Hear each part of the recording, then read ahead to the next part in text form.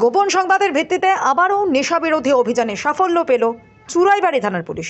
অযোধ্যায় রাম মন্দিরের উদ্বোধন এবং এই সুযোগকে কাজে লাগিয়ে গাঁজা পাচার করতে গিয়ে পুলিশের হাতে আটক 2 পাচারকারী। ঘটনা সোমবার চুরাইবাড়ি থানার নাকা পয়েন্টে কুরিয়ার করা প্যাকেট থেকে উদ্ধার করা হয় 72 কেজি গাঁজা।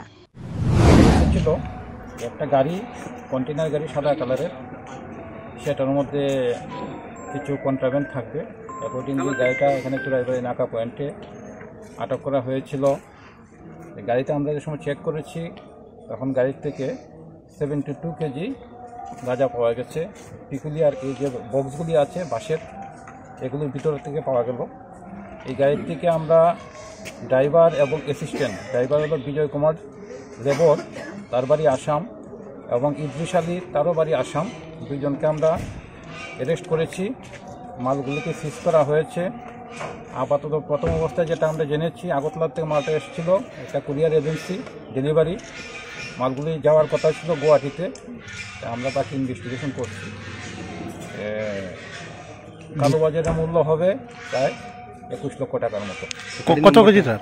গাড়ি নাম্বারটা হলো MH40BL7944, মহারাষ্ট্রের গাড়ি। ধৃতদের কি আজই আদালতে প্রেরণ করা হবে? কিছু ফর্মালিটি করছি, করে পাঠিয়ে দেবো।